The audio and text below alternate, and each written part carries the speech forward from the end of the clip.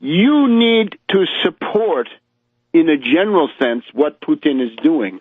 It doesn't mean you have to support every piece of idiocy that comes out of the mouth of some dubious character on some allegedly Russian television network. No, you don't have to support every piece of imbecility from Abby Martin. It doesn't mean that at all. It simply means that the general nature of the project is beneficial for the world.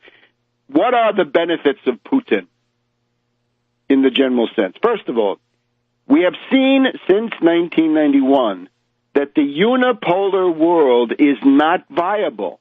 It's not workable. This is not ideology. This is simply a practical observation. The problem is that the ruling elite of the United States lacks the necessary wisdom.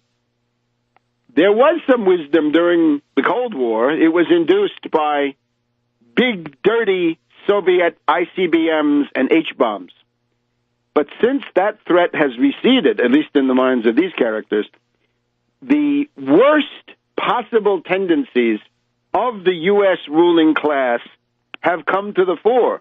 They have been elicited. They have been evoked by this unipolar situation. I don't know anybody in the world that would have done better if you had the Chinese elite, or for that matter, the Russian elite, or German, or whatever, Japanese, it doesn't matter, Brazil. Any elite put in this unipolar position is going to witness its own worst tendencies become dominant, or at least strive and contend for domination. But in the case of the United States, concretely, what we've lived through now in the past quarter century is that without the counterbalancing force of the USSR, and with Russia in a position of weakness and having lost the initiative, the worst tendencies have come out in the U.S. And these are the neocons, on the one hand, the right-wing warmongers, the pro-Israeli faction of the United States, but not only that, right, the ones who want to follow the Nazi recipe, really, of Carl Schmitt and Leo Strauss, that conflict is needed, the Nietzschean recipe, I guess you'd say, the Nietzschean Carl Schmitt, Leo Strauss faction here in the United States, wishing to organize everything around enemy image, Feindbild, and therefore to run this society on an oligarchical basis using the pretext of this foreign enemy. And we've also had on the other side the left warmongers. We've seen them more clearly in the past couple of years since Obama came in. As I warned, the left warmongers for Obama, the way they see it, the human rights people, the humanitarian interventionists, the lunatics like Samantha Power, the loopy crackpot speaking for the United States at the United Nations. These two mentally deranged groups in their own geopolitical estimations, right? You got the neocons and then the responsibility to protect people, the R2P group. Between them, we see that the worst tendencies of the entire ideological spectrum come to the fore. What is needed is the traditional recipe, the balance of power, a counterweight. Who can provide the counterweight? Who has the political maturity, a certain amount of economic power, a certain amount of economic independence, a certain amount of cultural tradition? It's Russia. It's the unconquered country, right? Remember, the unconquered countries, the ones who have not been overrun in the last 1,000 years or so, or, well, not quite 1,000 years, but let's say 500 years, or thereabouts anyway. It gets you down to the United States, Great Britain, and Russia. These are special countries in that regard. We need the power of Russia to be revived. A strong Russia is a great help for a striking worker in Chicago or Los Angeles or New York. Back in a minute on World Crisis Radio. Welcome back to World Crisis Radio. Keep up with what you hear about on the radio here at tarpley.net, tarpley.net, and that includes this article on the of Ukrainian nationality, the fact that Ukraine is a puppet state set up by the German General Staff, by Field Marshal von Hindenburg and General Ludendorff during World War I for the purposes of getting food. It is the delicatessen of the German General Staff, the supermarket of Hindenburg and Ludendorff, a supermarket chain, 1 million tons of grain, 400 million eggs, 50,000 tons of beef, and so forth. This was the price of recognition of the Ukrainian Rada, February 1918. Now, getting back to the Putin question, first of all, the need to balance the United States, to suppress and to muffle these awful atavistic tendencies. In other words, the atavism is here. The neocons have essentially shaken the foundations of the modern world, and then they're joined by the responsibility to protect humanitarian intervention, cement the power crackpots. The benchmark is the United Nations Charter. Interference in the internal affairs of sovereign states is inadmissible. Force and the threat of force are inadmissible. And then we had the Non-Proliferation Treaty. United States nuclear state cannot, under the nuclear non-proliferation, go around threatening non-nuclear states. Once you do that, you've knocked the entire world out of kilter. So Putin is the sole effective antidote to that. We need Putin to remain resolute because this suppresses these awful heteronomic and catastrophic tendencies of the U.S. Now, a second point is in the very specifics of the Ukrainian situation. We do not want a rebirth of fascism. Speaking of atavisms, the return of fascism and Nazism and anti-Semitism and racism and Sturmabteilung, right, the brown shirts of the Muzichko type, the right sector group, but also Svoboda, and everything that they represent culturally and politically. This must be nipped in the bud. Ukrainian fascism must be strangled in the cradle. Principiis obsta, right? Während den Anfängen. That was the sad lesson for Germany after the seizure of power in 1933. You've got to nip this in the bud because all of a sudden, like the September 1930 elections in Germany, right? The Nazis went from being kind of a nuisance and a curiosity to being a real threat to seize power. So we want the Ukrainian fascists crushed, quite simply, right? We want them to be deprived of the ability to influence world affairs. We don't want the ability to unleash World War III in the hands of some lunatic of the Chanibok Yarosh model. And I mentioned them as the head of Svoboda and the head of the right sector, respectively. We cannot have these people affecting and impacting the destiny of the world. And then, just to make this accounting a little bit simpler than it might be, a third point is the one that's posed to every individual, and that is to say the human qualities, the moral and intellectual qualities of the U.S.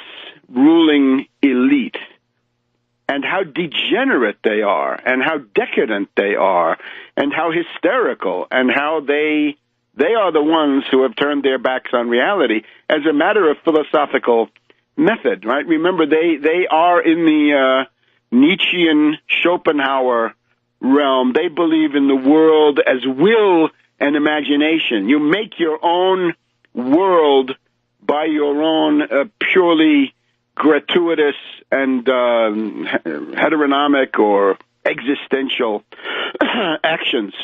Take, for example, we compare Obama and Putin, and we see who is morally and intellectually superior. I don't think there's any doubt. Again, I'm not in the business of demonizing Obama.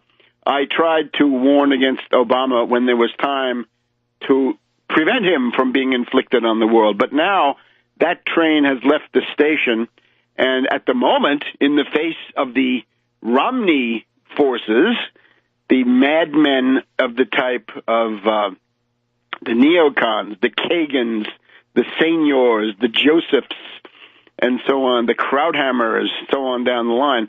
Those guys are worse than Obama right now. Obama has been, to some degree, domesticated by the powers of the presidency. In other words, the system designed by John Adams on the basis of Machiavelli has essentially made Obama into, if not a break, at least a kind of a passive lump on the path to war. Right? He's not pushing it. The push is coming from elsewhere.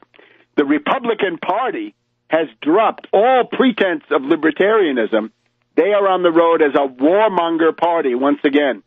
Did the Republicans fool you? They didn't fool me. Did Rand Paul fool you? No. The closer they get to power, or they think they're getting to power, the more warmonger they are. That is a fool's errand. Anybody who believes that garbage. And you saw at the beginning of this crisis, little Rand Paul making some noises, oh, let's not overdo it. And then as he saw that his Republican lunatic base were showing their true warmonger colors, right? Marijuana and war is now the winning libertarian formula.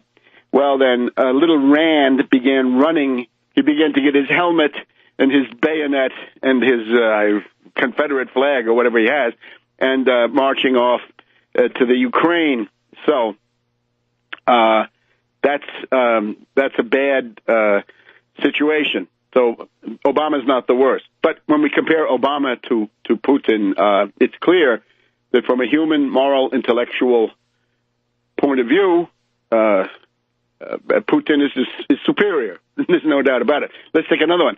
Let's compare Kerry, the blasé, skull and bones, rich boy who gambles with other people's lives, other people's money. I think I've told the story about his crash in Bretagne, in Brittany, France, in the mid-'60s in the summer, accompanied by a guy that I knew from high school, and how he almost ended his career right there, right, driving way too fast. And then there's another story about him going under the Golden Gate Bridge in an airplane, accompanied by the later U.S. ambassador to Italy. As we have the famous quotation from F. Scott Fitzgerald talking to Ernest Hemingway, the rich are not like us, Ernie. And Ernie doesn't get it. Ernie is quite dumb compared to Scott. Ernie says, yeah, they have more money. And Scott says, no, it's much more than just that. It's a whole cultural mindset. So, in that sense, it's clear.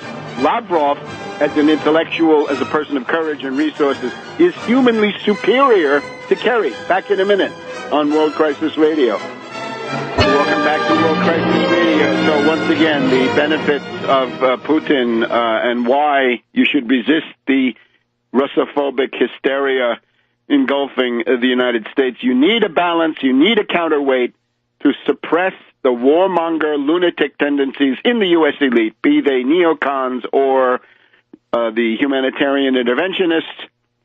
Secondly, it is in the interest of the world for this rebirth of fascism to be crushed, to be neutralized, liquidated, whatever it is. Remember that when General Badoglio turned to the king and said 5 minutes of gunfire, fascism is over. Think about what that would have meant. No march on Rome, no Mussolini, no fascism means no Nazism, no Hitler, no World War II. So in terms of historical morality, would Badoglio have been on the right side of the angels if the 5 minutes of gunfire had dispersed the ragamuffin gutter snipe legions of Il Duce, who was hiding near the Swiss border at the time? I think you can see, in terms of the historical potentials involved, it's an interesting proposition. Anyway, Obama inferior to Putin, Kerry inferior to Lavrov, and then let's even take, let's go to the UN. Let's compare Churkin, Vitaly Churkin, the Russian delegate, to our dear loopy Samantha Power. Now, I've criticized Churkin. He has not been an Adlai Stevenson at the Cuban Missile Crisis. He could have brought the tapes, the various tapes. He could have brought the Nuland tape in there and played it. He could have brought the Estonian foreign minister in there. talking to Madame Ashton, Baroness Ashton, about how the anti-Yanukovych forces were sponsoring the snipers. There's an attempt to deny that now, but the world knows. He could have done something similar to Adlai Stevenson, bringing in the photographs of the U.S. The surveillance photos of the Soviet missiles in Cuba in October of 1962. Didn't do that, but still, you compare him to the loopy, crackpot Samantha Power with her self-righteous, hysterical posturing, all the while sporting that ravaged look. We don't want to speculate here on the family program about what that ravaged look might have been caused by, but you get the idea. Churkin is a normal, functionary diplomat making the case for his country as best he can. I would say it's too narrow, it's too formalistic, but still, you compare him, Samantha Power's a raving lunatic. So if you don't like these sociopathic tendencies coming to the fore in the U.S. elite, then the only conceivable antidote is Putin. Now, Putin, however, falls short in certain areas. It doesn't mean that you're giving him a 100% endorsement. Provoked by this unipolar situation. I don't know anybody in the world that would have done better if you had the Chinese elite, or for that matter, the Russian elite, or German, or whatever, Japanese, it doesn't matter, Brazil. You need to support, in a general sense, what Putin is doing. It doesn't mean you have to support every piece of idiocy that comes out of the mouth of some dubious character on some allegedly Russian television network. No, you don't have to support every viable. It's not workable. This is not ideology. This is simply a practical observation. The problem is that the ruling elite of the United States lacks the necessary wisdom. There was some wisdom during the Cold War. It was induced by a piece of imbecility from Abby Martin. It doesn't mean that at all. It simply means that the general nature of the project is beneficial for the world. What are the benefits of Putin in the general sense? First of all, we have seen since 1991 that the unipolar world is not big, dirty Soviet ICBMs and H-bombs. But since that threat has receded, at least in the minds of these characters, the worst possible tendencies of the U.S. ruling class have come to the fore. They have been elicited. They have been